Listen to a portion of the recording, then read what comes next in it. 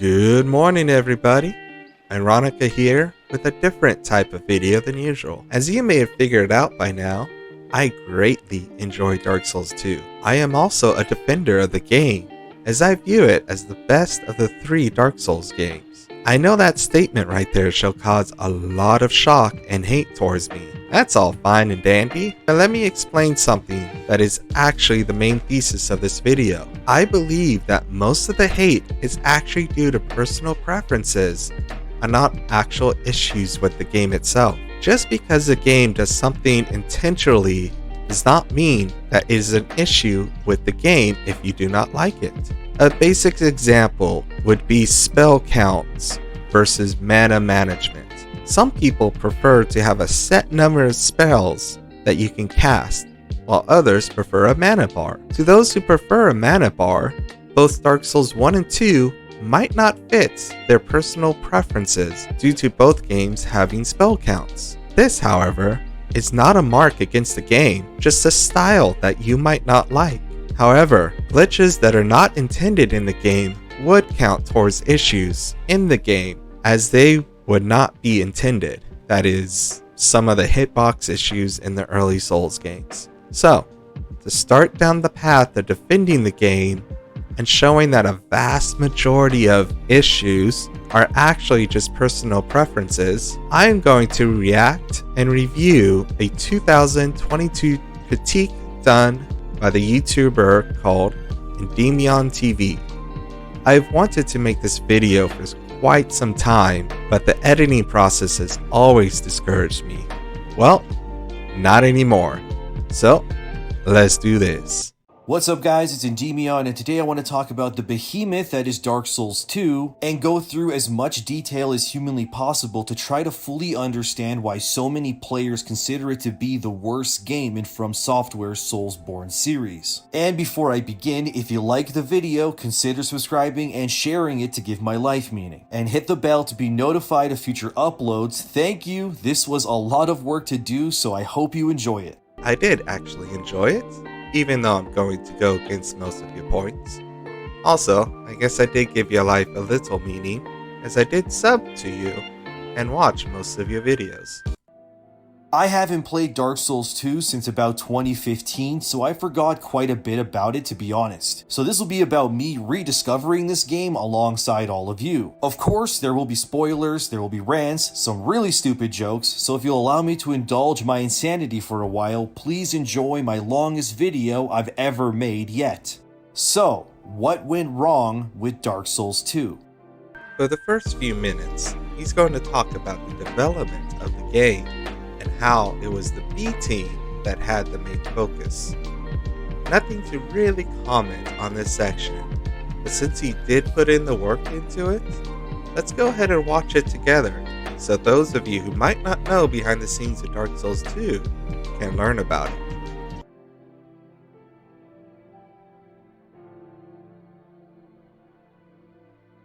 Firstly, I think it's important to state that Dark Souls 2 is the only From Software made Soulsborne game that wasn't directed by Hidetaka Miyazaki. And it shows in so many ways, from its boss design to its insanely weird level layout. There's so many perplexing design decisions within DS2 that were baffling, especially revisiting it almost 10 years later.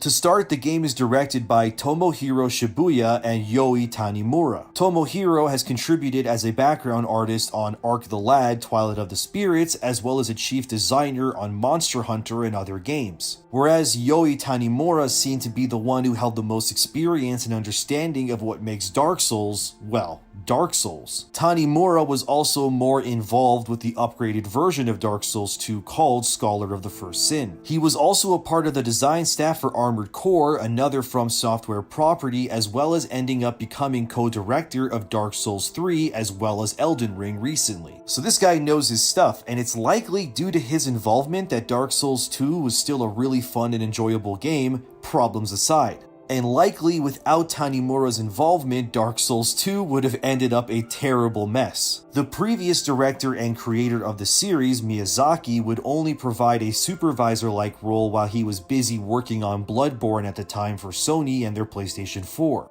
Because of this change in directors, not only was the direction of Dark Souls 2 different from the original game, but there were so many bizarre decisions that only made DS2 feel less like a true follow-up and more like a bizarro experience. If the original Dark Souls tagline was "Prepare to Die," then Dark Souls 2's tagline, in my opinion, would be "Reduce, Reuse, Recycle," cause as you watch, you'll see just how insane this motto defines this game in particular. Alright, enough about who directed the game, let's get into the first big problem with Dark Souls 2. That was a nice background of the game, though the snark comment at the end wasn't needed. However, as he stated, this is purely his opinion, so going forward, his whole video is based on his own personal preferences. I am going to defend a lot of it, as well as just show that it's negative to him because of what he likes, but that doesn't mean it's a negative to the game. However, always remember, he stated at the beginning, this is just his opinion.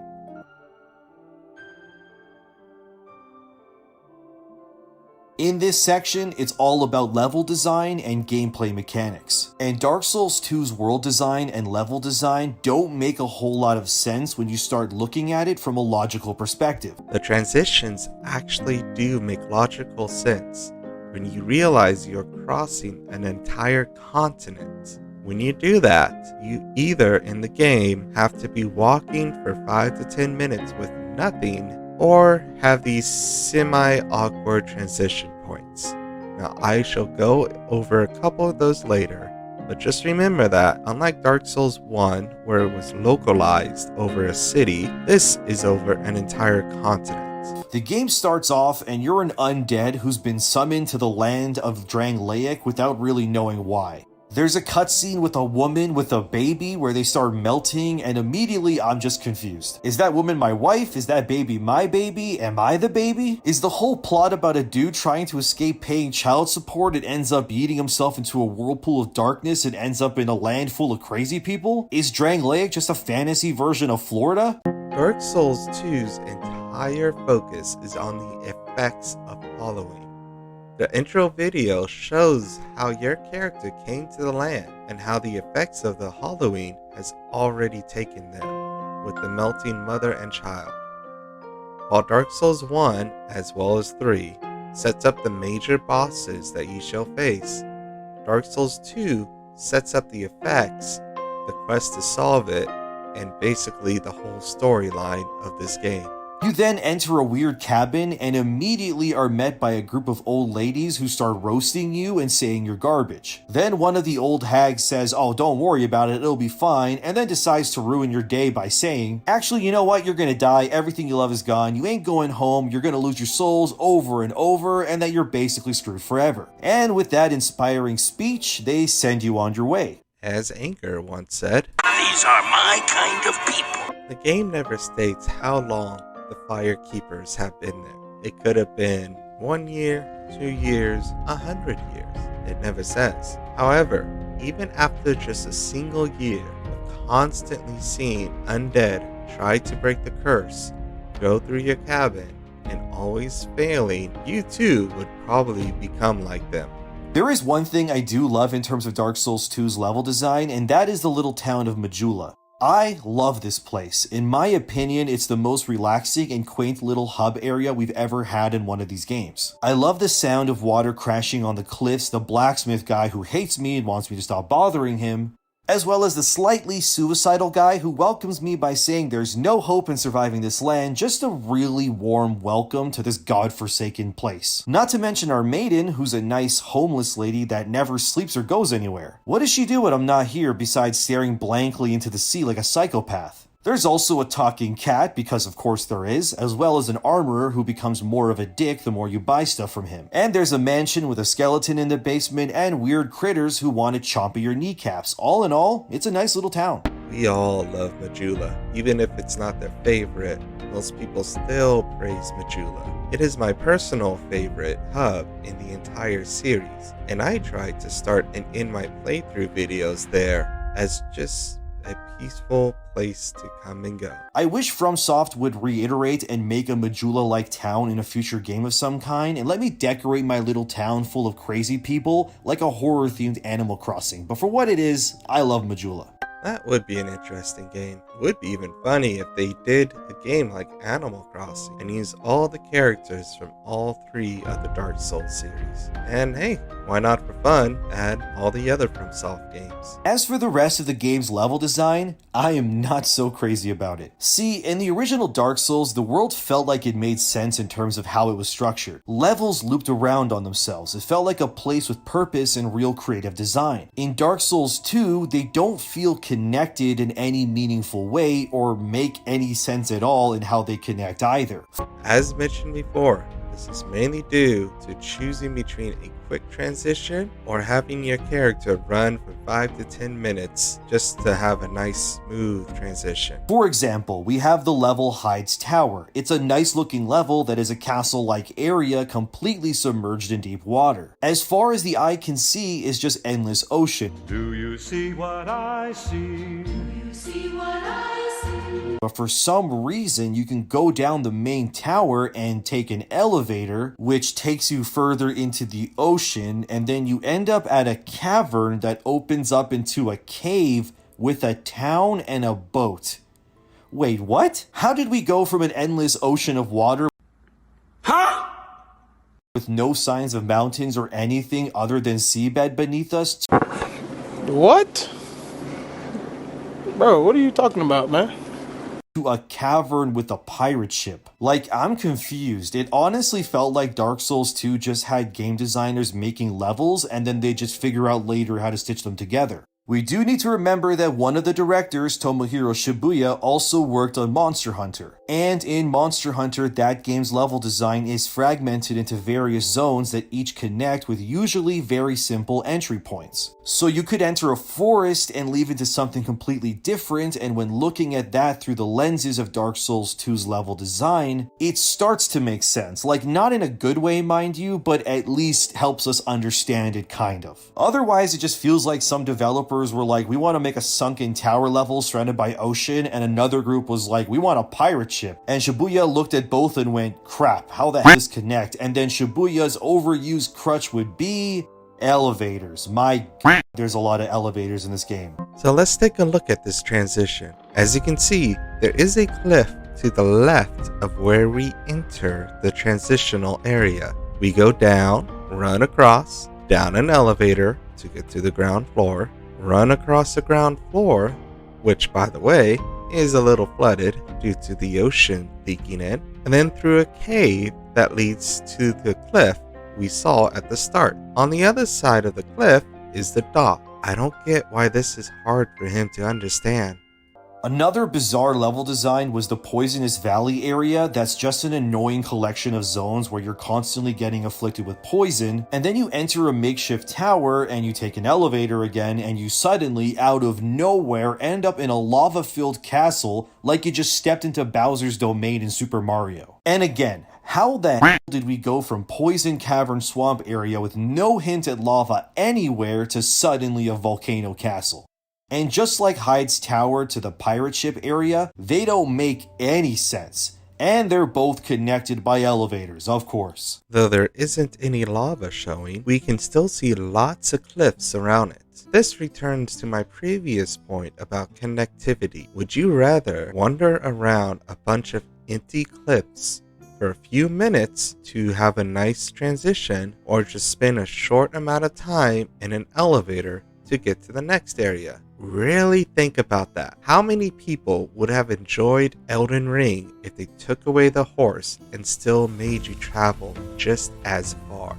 As for the elevator, this one is usually the one that most people point out as bad game design. And I do mostly agree. The lore of the place is that the king built his entire castle with iron, and it was so heavy that it sunk into the lava underneath. The fact that you go up instead of going down does ruin the effect of the lore some. An easier fix would be to have the elevator go down instead of up, open to a large cave filled with poison to show where the windmill was pulling the poison from. Have a nice stone bridge that crosses the poison pool, so you don't have to touch it, you're not going to get poison at all. Then have a 10-second run through to a stone passage to reveal the Iron Keep. But that's not all, folks, because they do it again. Another would be the path to Aldia's Keep. You start off in the Shaded Woods area, you open up a door, and then you find a big castle. Then you proceed through one of the most annoying hallways in Dark Souls history in terms of enemy density, and I wonder if you realize that you don't have to fight all the enemies that are in the cages. eventually you escape the keep and are met with a massive bird-like cage, surrounded by weird tall rock formations out of nowhere.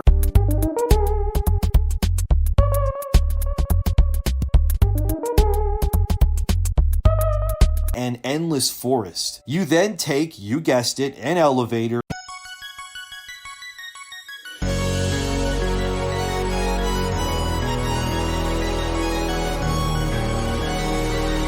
and you end up at the Dragon Airy area, which is now in a floating rock region with bridges surrounded by dragons and... oh wait, hold on. Oh, so that's where I've seen this before. Nice. Anyway, yeah, now you're in a floating region all of a sudden, and there's somehow a dragon keep that's being kept afloat by who knows? I don't know. The level design makes no sense in this game. This clearly shows that the pillars are the things that are holding it up. Also, remember how you're going above the clouds on the elevator? Well, this area cannot be seen from the ground as it is too high into the air. For all your Dragon Ball Z fans, just think of Kami Tower and how you can never see that from the ground. There are genuinely fun levels to traverse in this game though, with my personal favorite standouts being Drangleic Castle, as well as the final DLC where you go to the wintry region of Elom Lois, which I definitely just mispronounced. In my opinion, Lois is the best level in Dark Souls 2. I love the winter aesthetic, the giant castle walls, and the level's layout actually makes sense all things considered. I love how it gives you reason to re-explore it once the storm stops, and the frozen treasure chests are now open, as well as being able to discover 3 Lois Knights that you can save to help you in the final battle. Just wanted to thank him for at least pointing out some of the fun things that he enjoyed. Also, it has this wintry open snowfield level that is absolute ass cheeks. Yeah, I hate it too, but besides that optional area, Lois is my favorite level. Breathe, Ironica. Just breathe. Okay, listen. I can actually defend this area, as most people ignore the way it was built and what you're supposed to be doing, which is not just running from one end to the other. However, I shall save that for another video, so look forward to that. For this video, I do like that he stated that he hated it, and not that it was a terrible area, as so many other people do. It's all good if you don't like certain areas, as that is a personal preference, even if I enjoy that area myself. But yes, that snowfield area is borderline moronic. I don't know who thought that was a good idea, and those horse enemies that respawn and swarm you, don't even get me started. And there it is. Just because you don't understand how it works doesn't mean it is moronic. Again, I'm planning on a video to defend the frozen outskirts, so I won't spend any more time here. Even though slightly annoying due to the magic spam, I also found Shrine of Amana to be a fun level too, and in general, although still fragmented and weird, I think the second half of the game's level design is more fun than the first half. Basically, everything Drangleic Castle and onward was more enjoyable to me than fighting the 4 great soul bosses. I mean, at least the journey to the Rodden through the gutter in Black Gulch was more fun than Blighttown. And I do like how the game makes torches so integral to the world, and how the use of light is integral for progress as you illuminate the dark so you can see what the heck is happening in front of you. I felt like a warrior traversing the abyss in search of answers, and the second half of Dark Souls is full of that, and I really enjoy it. It is nice to hear what he actually did enjoy in the game. It is quite rare to find a game that you beat that has zero entertainment value for you, you can always find something that you did enjoy. Torches in general have a lot of cool ideas in Dark Souls 2. I like how you can burn the windmill and stop the poison. I like how certain enemies born from the abyss cower in fear of fire, and how you can use fire to illuminate areas like the Lost Sinners boss arena, so you can lock onto it and disable its ability to retreat into darkness during the fight. Stuff like this is really cool.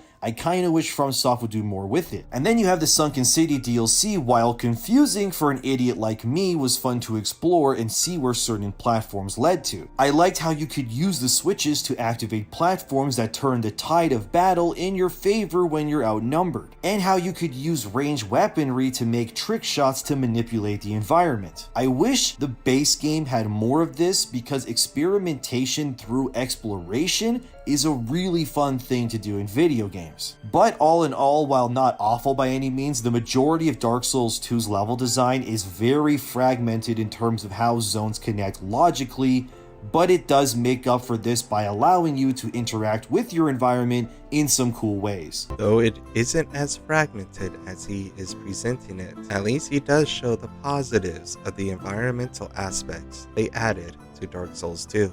I would love to see light being used to push back darkness more in a future game. Imagine having to keep the area boss at bay with lights so you can reach it and fight it. You know, cool stuff like that. Torches were a great addition to Dark Souls 2, as well as the creatures who reacts to them. If you, dear viewer, do not like them, it's all good, as, once again, that is your own personal preference. But there are other gameplay mechanics I am not too fond of, starting off with weapon durability. It's just ridiculous how fast your weapons degrade in this game. It feels like if you so much as tap an enemy with your weapon, the stupid thing begins to immediately fall apart. Of course, you can remedy this with repair powders, but even then they're not very easy to come by. And some bosses seem to be made out of pure Laffy Taffy, the way their bodies absolutely chunk your durability when you hit them. Thankfully, whenever you rest at a bonfire, your durability is magically repaired, but this mechanic just feels pointless. It feels like it's only there to push you into having extra weapons on hand to switch into, but when you factor in your equipment load, and having that dictate whether you roll like a ninja or like a snail through molasses, most players, I'd wager, don't even wield multiple swords,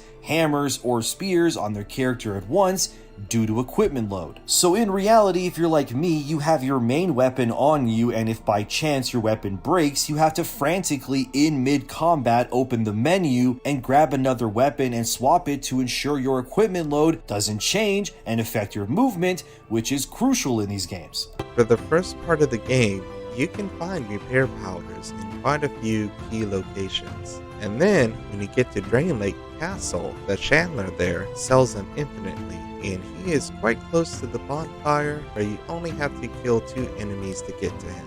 As for the durability mechanic itself, it is not a judgment against the game, but simply your own personal preference. Durability has always been part of Dark Souls, so it is to be expected. If you don't like the game with it, then you don't have to play them. For example, I actually refuse to play Legend of Zelda Breath of the Wild, purely for the simple fact that while watching one of my sons plays it, I noticed that his weapon constantly broke and can never be repaired. I don't like that mechanic. I like repairing weapons, though I choose not to play this game. Do I go around and bash the game because of it? Not at all. It's just not something I prefer to play. As for how much the durability goes down, I noticed that it mainly affects large weapons. It makes sense as you are swinging it hard against an enemy and a lot of the moves slams it into the ground. Also, just like the first game, make sure you check your durability of your weapon of choice. For a fun playthrough that I did on my own, I used only halberds to beat the game. The first halberd I picked up was the Old Knight halberd. I did really start to notice how quickly the durability went down. However, when I looked at the weapon itself, it had a max durability of 20, which is very low. Once I switched to another halberd, my lovely Black Knight halberd to be specific, my durability issues mostly went away. Also, I never had to worry about it with my archery build, so there's that. The answer to this would be two things. Either remove durability outright, which thankfully they did in Elden Ring, or don't have multiple weapons stack in your equipment load and just allow players to swap them out for ease of use. I mean, I have hundreds of stuff on me technically in my inventory, but they suddenly factor to my equipment load once they're in my weapon slot? Yeah, that's kind of weird. It's just a bogus mechanic in my opinion. That's just standard video game logic. Also, if you have a ton of stuff, sell the stuff you don't want. You are the one who chooses to keep everything. To be honest, Borderlands is the only game I can think of that actually limits your inventory. I've played lots of RPGs and action games, and you usually have a ton of stuff in a magic bag. That's nothing new. And then there's the one and done stat in this game called adaptability, which is crucial to making your invincibility frames better when dodging and increasing your poise. But having it be its own stat and not be a secondary effect to say your vitality or endurance was bizarre too. Thankfully, adaptability only exists in Dark Souls 2 and it was removed going forward because it should have never have been a stat to begin with, and should have just been a percentage that's affected by your armor, weapons, and your vitality, I guess, at least. The classic adaptability bashing. It is really the agility stat being separated from one of the primary stats that people are bashing. There are actually two ways to upgrade it, not just one. You can do the adaptability stat, or you can upgrade your attunement stat. Considering that it mainly affects your iframes and your item usage speed, it would make sense that a magic focused build would want to have high agility, while a melee tank would possibly not. You actually don't need to upgrade it at all. Lots of people never upgraded it, including those who never played the game. They just thought it's part of the challenge. Also, unlike the other games, Dark Souls 2 gives you a truckload of souls to use, so it really isn't hard to spend a little bit putting levels into it. Then we have the introduction of multiple healing items besides your flask. Personally, I didn't really like this either. Some will say it's because it makes the game easier, but I actually disagree. I think it's there because so many enemies are capable of two-shotting you so constantly that Estus flasks alone wouldn't be able to heal the damages you face. Life gems are there to use on your journey so you can keep your Estus full for the bosses. So an alternative had to be found to maintain the damage of enemies while allowing for survivability. You know, I'm not a pro, I'm not the top gamer, but maybe don't get blown up and you wouldn't lose half your health. That might help you there. But really, this is only because Dark Souls 2 has a weird obsession with throwing entire extended families of enemies in your way as soon as you enter an area. If the game had less enemies in them, but had those enemies be more strategically placed, like the original Dark Souls, then extra healing wouldn't really be needed. I am actually in the middle of a challenge run where I can only use Estus Flask to heal. No life gems, nothing else but Estus Flasks.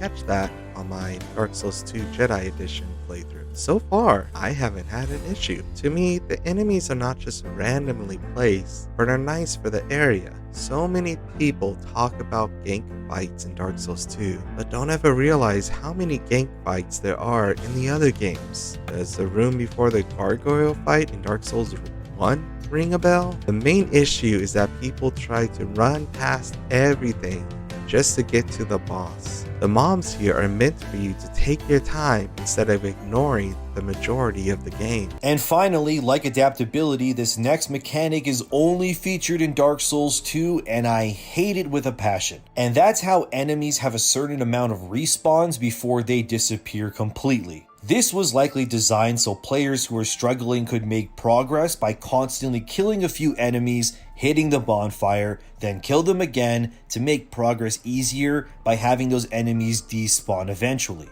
But you could also fall into the trap of killing a bunch of enemies for experience, dying, then dying again, and losing your souls, and now you have no experience to level up and no enemies to kill in order to get more experience. You know, off to the side of Majula, there's a stone tablet, and if you go there, you can join this covenant called the Covenant of Champions. Right there at the start before you fight anyone.